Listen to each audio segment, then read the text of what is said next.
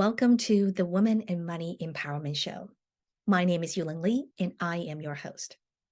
In these episodes, you will hear my heart-to-heart conversations with women from all walks of life, sharing their wisdom and their journey to success.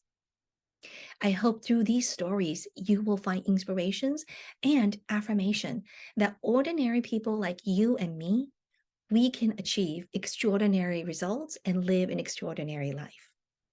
Now, let's dive into today's show. Welcome, Alina. Thank you so much for coming on to the Women and Money Empowerment Show. I am so excited to have you here today. Thank you so much, Yulin, for inviting me. I'm thrilled to be here. Thank you.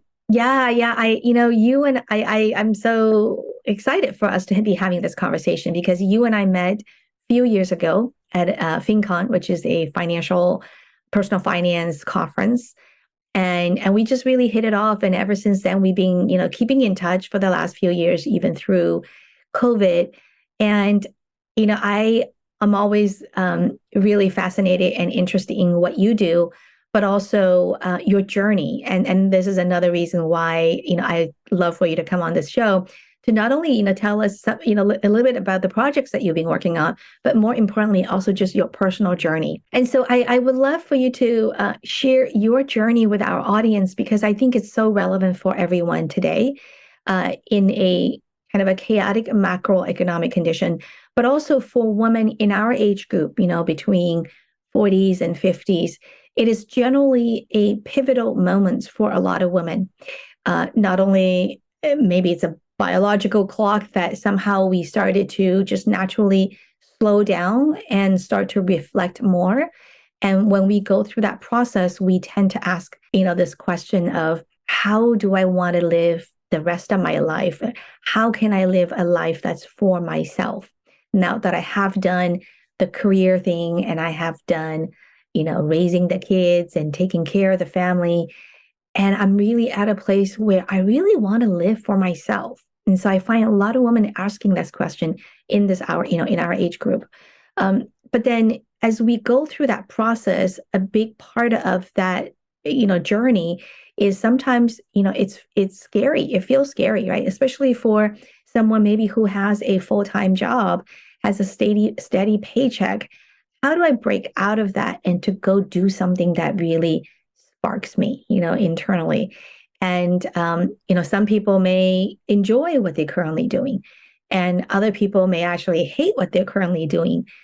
But either way, it is a comfort zone for them because it's been a, rhythm. They have a steady income that provides them a steady, lifestyle. So how to make that leap to break out of this current comfort zone to get into something that's just more exciting and more fulfilling is the word that I keep also hearing from a lot of women is, I really want to do something that feels more purposeful, more fulfilling.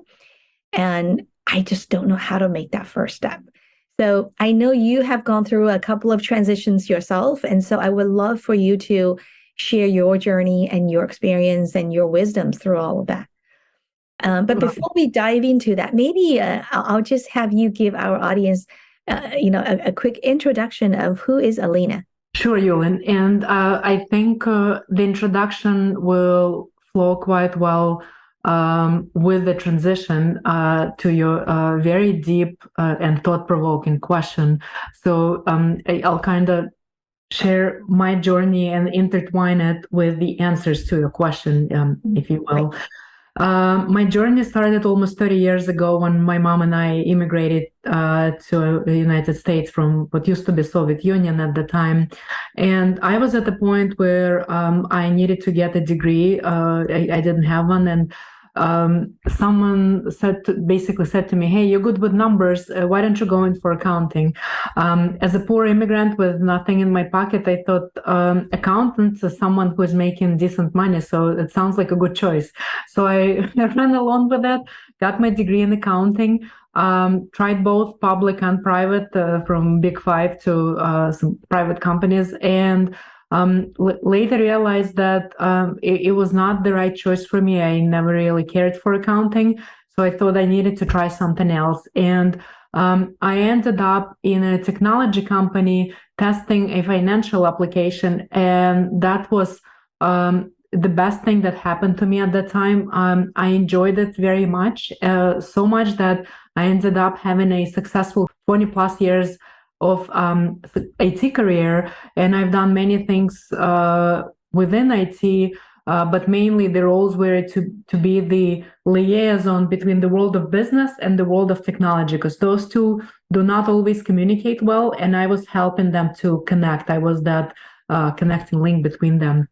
Right. And in that journey, while progressing in my career, my tax brackets were progressing up, and so were my husband's.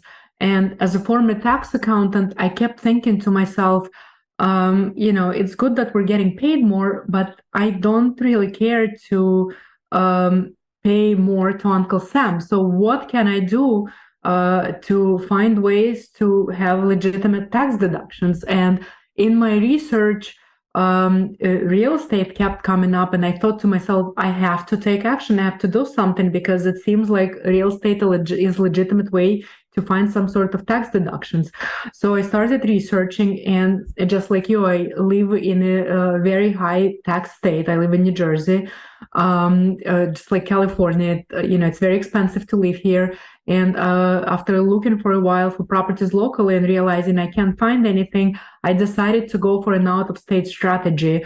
And while searching for an out-of-state investment strategy, I came across this passive way to invest in real estate through syndications. And so what essentially it would allow me is to invest with somebody else, where that somebody else, a person or a team, does the work, while I just invest. I put their money with them, they do the work, and I continue with my day-to-day life. I was still working my W-2, raising kids, and that seemed to be great. So I pulled the trigger.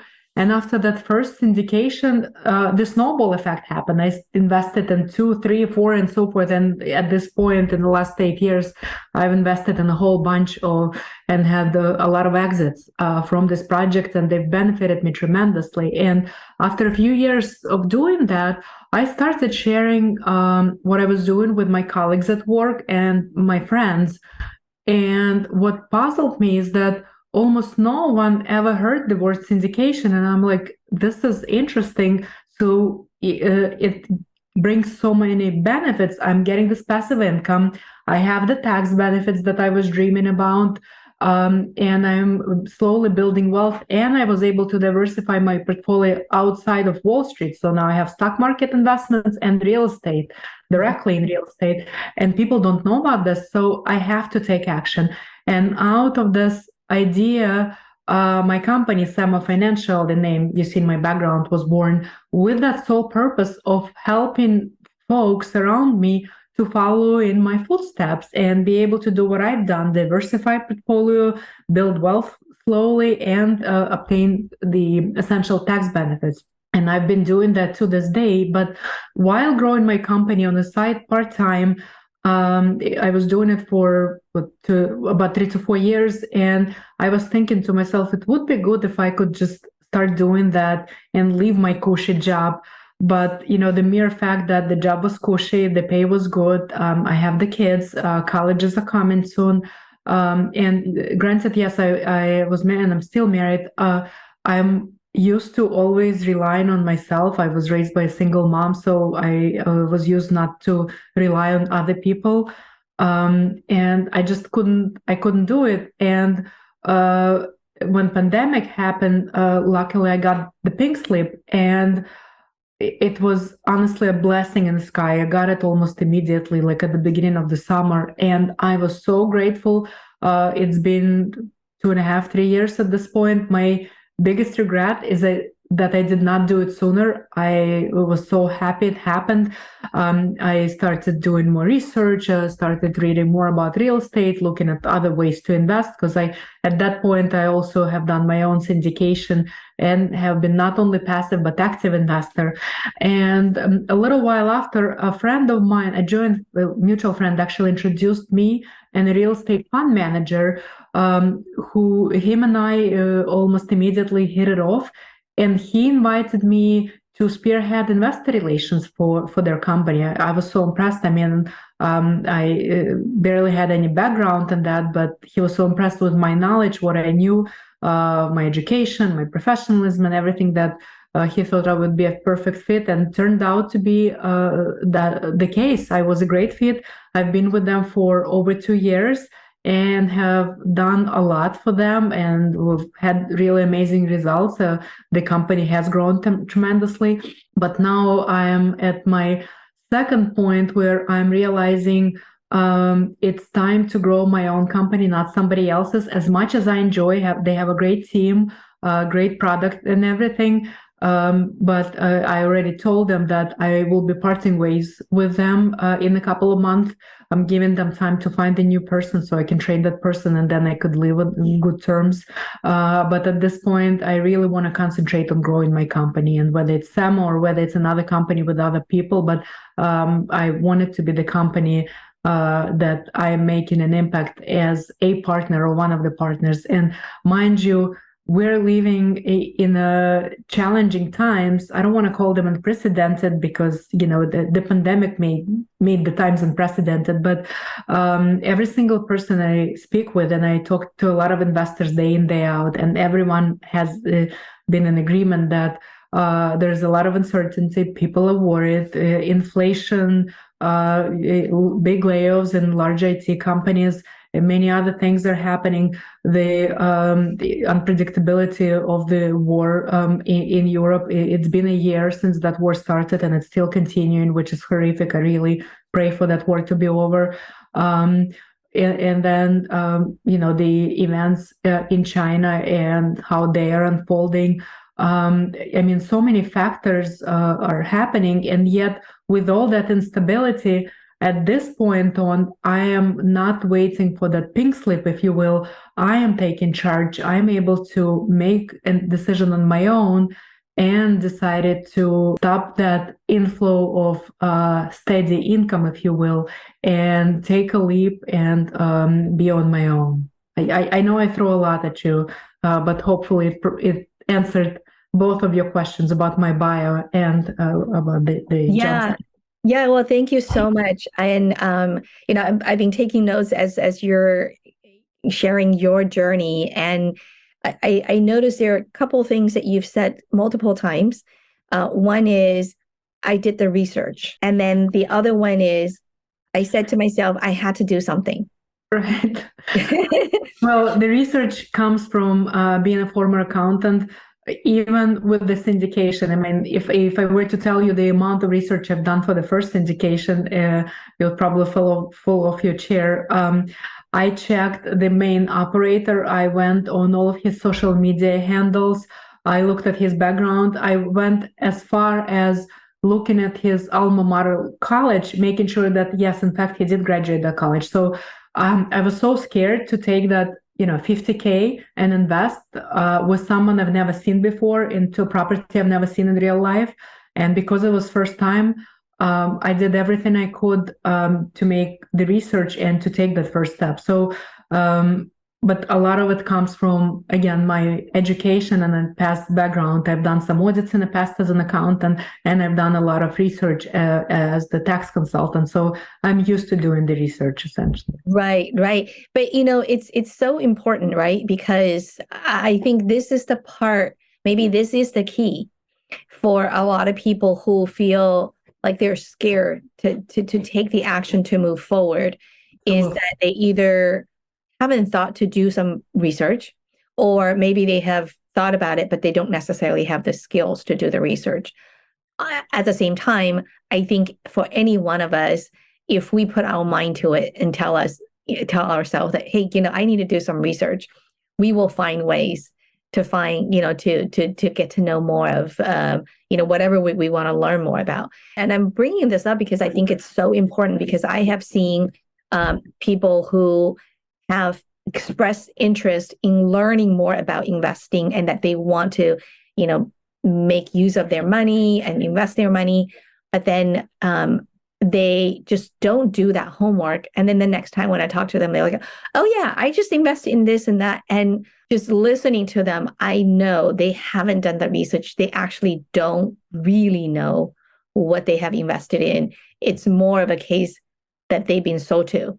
And this is another thing that, again, I have a lot of people saying to me is, oh my God, if I had start working with you earlier or start learning about these things earlier on my own, I could have saved thousands of dollars in just avoiding those bad decisions I have made in my life. And so this part of doing the research, doing the due diligence, it is so critical.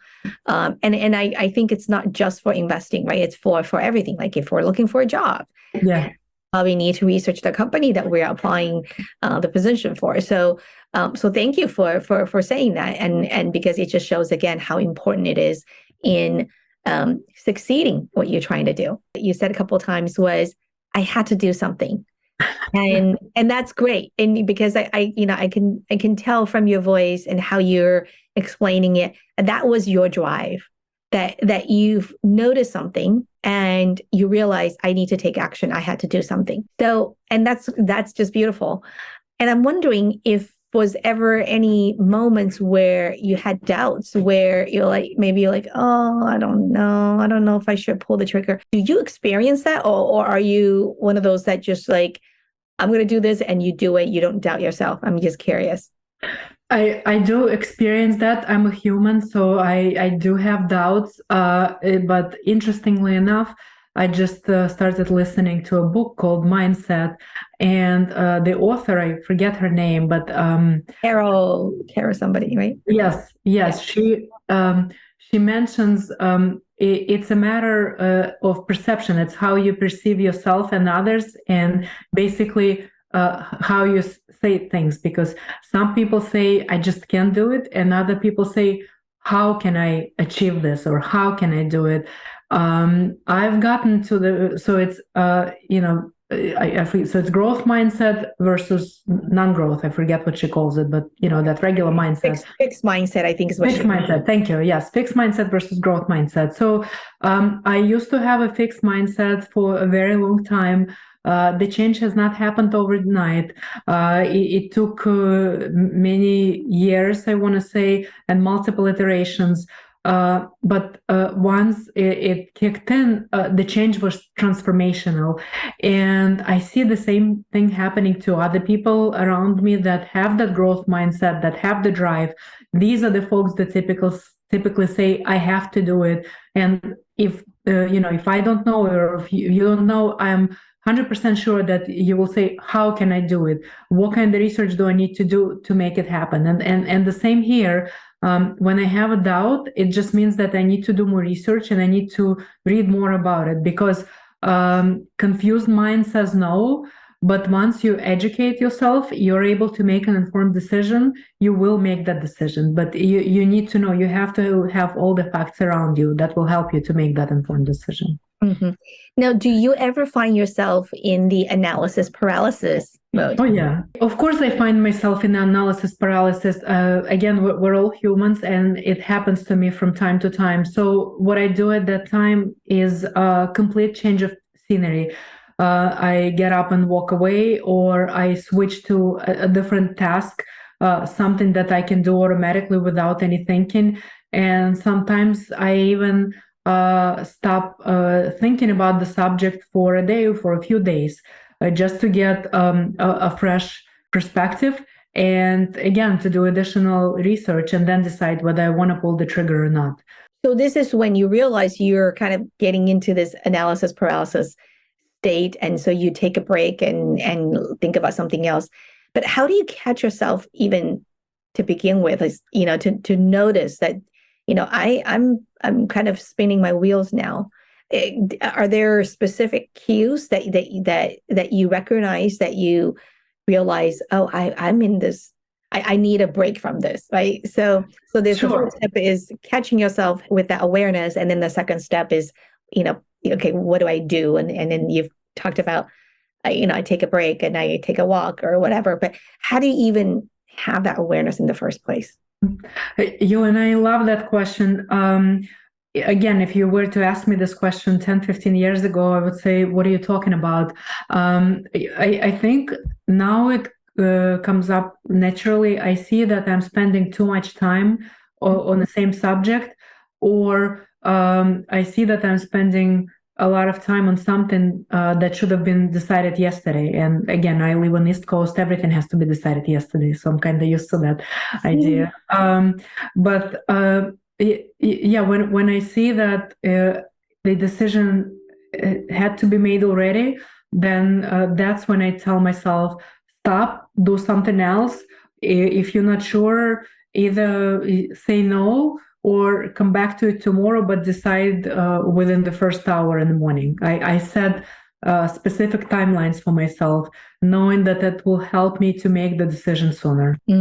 Setting specific timelines for yourself. So that's very important, right? To keep ourselves moving and not get stuck. Thank you. That's a great tip. And so, okay. And then the other thing I hear you said was, I am taking charge. And that's, again, another big thing I think that really distinguishes someone who is on their journey to achieving whatever they want to achieve versus someone who's still wishing that they could have this and that. And so can you elaborate on that? When you say I'm taking charge, what does that really mean for you? And what kind of emotions or thought process that goes through your mind when you say that? That essentially means that I'm not going to be stuck in analysis paralysis. I'm making my decision based on the facts I see around me, and I'm making them based on what I want the future to be, because I am the engineer of my future. I am designing what it's going to look like, and I want it to be specific. I want to enjoy life, and I want to enjoy it. I know I will enjoy it when I'm doing something that I love, and I love helping other people. And when I see that I'm putting smiles on other people's faces, that brings a lot of joy to me in general. And if we were to talk about the pink slip that I got when I was at my IT job, at that point, I was essentially very scared because I didn't have the experience with it. I mean, in a way, you can compare it to having kids. When you have the first one, you don't know what to expect. When it's the second, oh, you kind of, oh, okay, I know what's going to happen. And, I know even what's going to happen after the baby is born. That's when the hardest part comes in, and you have to take care of that baby. But anyway, the same happened with these experiences. Like the first time I didn't know what's going to happen.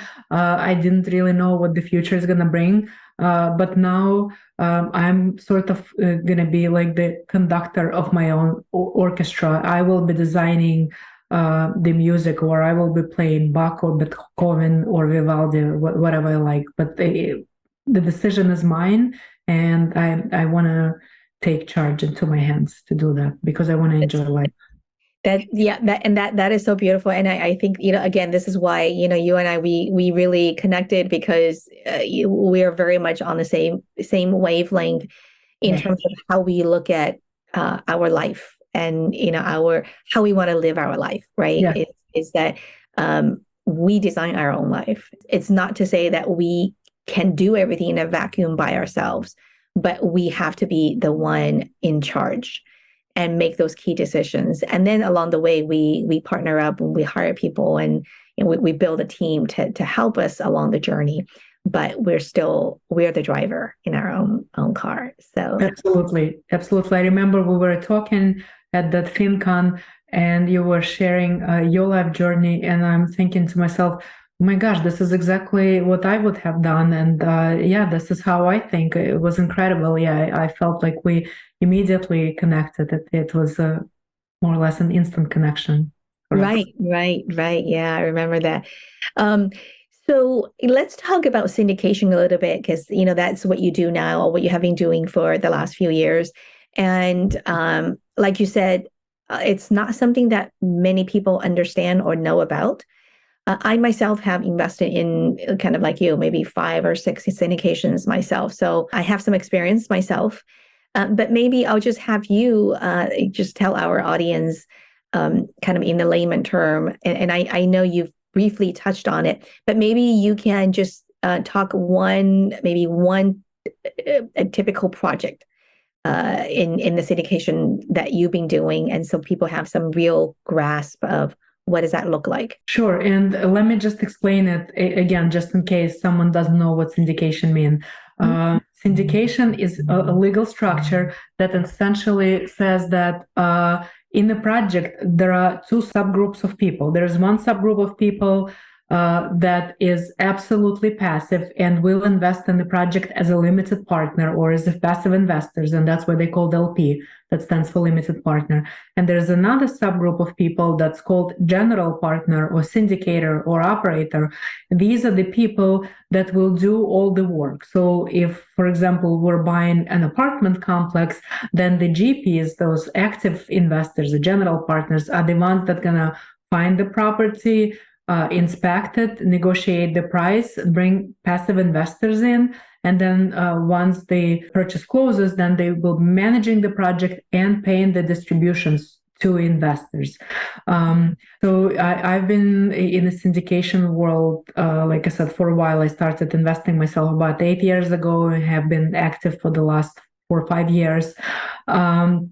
Really, in terms of the project life journey, it's very similar to buying a single family home. It's not that different. The main difference is instead of buying it yourself, you buy it with a group of people, and you either invest passively or you're the active operator. When you invest passively, again, your work is very limited, and it comes down to reviewing the offering about the project, deciding whether you want to invest or not after you do your research, of course, then subscribing to the offering, wiring the funds, and then your work is done. That's it. After that, you can enjoy life. There is nothing else for you to do. You will be receiving periodic updates about the project and the distributions that are projected to you. And then when the project sells, you get a portion of the gain that comes with the tax benefits, of course. And that's the beauty of real estate, that there are not just the passive income, but there are also passive losses. So you get to benefit from both in the project. Great. So, so if for somebody who hasn't done any real estate investment and they are not necessarily in a position to buy a house completely on their own, or whether it's money, resource, or just energy, right? When you own a single family home on your own or any type of investment, there are some work required on the ongoing basis to maintain and manage the property, even if you hire a property manager. And so this is, syndication is something that for people who said, I want to dip my feet in there in real estate investing, but I'm not necessarily in a position where I can fully take on a project on my own, and then therefore I'm going to invest a certain amount of money in other people's projects, essentially, and be the passive investor and receive passive income on the monthly, quarterly, depending on how they manage it, from the rents, I assume, and then upon exit, maybe there's some appreciation. And then that would be another part of the returns that you get. So am I describing it properly? Yeah, you described it pretty well for the most part. Yeah. Again, buying a real estate investment, and that's what many people don't realize. It's like starting another business, because when you buy a property, you think, I'm going to place a tenant and they'll just keep paying. Well, not exactly, because first of all, tenants have their own demands. Second of all, property requires maintenance. So maybe not all the time, but from time to time, you will have to continue spending the money on a project, or continue attending to tenants' demands. And when tenants leave, you'll have to bring new tenants. So it becomes essentially a new side business. And the question for you is, how much bandwidth and desire to run another business do you have? Do you want to do it, or you want to go on with your life and just do this passively while seeing the benefits come to you? So when you look at the syndication offering, you need to think of it like how much time I'm spending versus the return that I'm receiving. And when you look from that angle versus buying a single family property, you'll see that the returns in a syndication are exponentially larger, because again, you probably spend like maybe 5 to 10 hours max to review it and make a decision. versus buying your own property and putting your money, time, sweat equity, and so forth into that project or multiple projects. Right. And then, just so that our audience who are listening to this also kind of understand the full picture, the downside of being in the syndication, and I'll talk about my understanding, and maybe you can also just elaborate on that too. Just we present a full picture. To me, the downside of syndication is the illiquidity of the fund, that you invested in somebody else's project, and they have certain projections at the time when they purchase it, and maybe their exit strategy is in 6-7 years we'll be out, we'll sell at a certain return. But at the same time, things may change in your personal life, and maybe in a year or two that you really need the money. It's not something that you can easily get out. So that, for me, from my perspective, that is the one downside. So, and what that means is, for someone who, let's say $50,000 is the entry kind of amount. If $50,000 is all you have, then probably this may or may not be the right investment for you. But if you have a good chunk of money and you diversify and you say, what, I want to put some into real estate, but then I don't want to do everything myself. So then in those cases, maybe syndication is a good choice, because again, you also have other money where you can tap into if life happens and if you really need that money. So that's my understanding. Am I right, or are there any other things that you come across as also the downside of investing in syndication? Yulin, you're actually right on the money with this. Yes, syndications are, for the most part, illiquid investments. So when people come to me, I always ask them whether they have rainy day funds tucked away, because rainy day funds must not be touched, not for syndication, not for anything else. They should be absolutely liquid in your checking or savings and readily available for, God forbid, if anything happens. But if they have money specifically set aside for investment, one of my questions is to investors is, how long do you want to put this money to use for? How much time do you have until maybe your kids go to college, or until you retire, or some other big event where you will need a big chunk of money? And depending on that, there are always options. So with syndications, the time is more or less finite. Like you said, the property could be underwritten for 3, 4, 5, 7, and so forth years. It is slightly different when it comes to real estate funds, and there are plenty of funds. So I always encourage people to look at different funds, but essentially, almost all open-ended funds have some sort of lock-in period, which typically ranges anywhere between 1 to 3 years. And after that, people can redeem. So that gives you some level of liquidity. And potentially, if you want to have something more liquid than not, look at the funds that have lower liquidity. I've even seen some funds occasionally that have 6 to 9 month lock-in period. And after that, there is a redemption. So look at the funds as an option to syndications if you want to be able to withdraw your money sooner than 4, 5, or 6, and so forth years. Other than that, you're not the decision maker. So you have to be absolutely comfortable with the fact that somebody else is making decision. You're putting your money in, but you have absolutely no say. You're not liable or responsible for anything, and that's why you don't need to create LLC. I mean, if you want to invest through a company, by all means, but otherwise you're investing through the LLC that's purchasing the property. That's why you can put your name, your trust, your IRA money, whatever you like. You're protected under that LLC umbrella. You have no liabilities and no decision making. And so, yeah, you definitely have to live with that. That's right. Okay.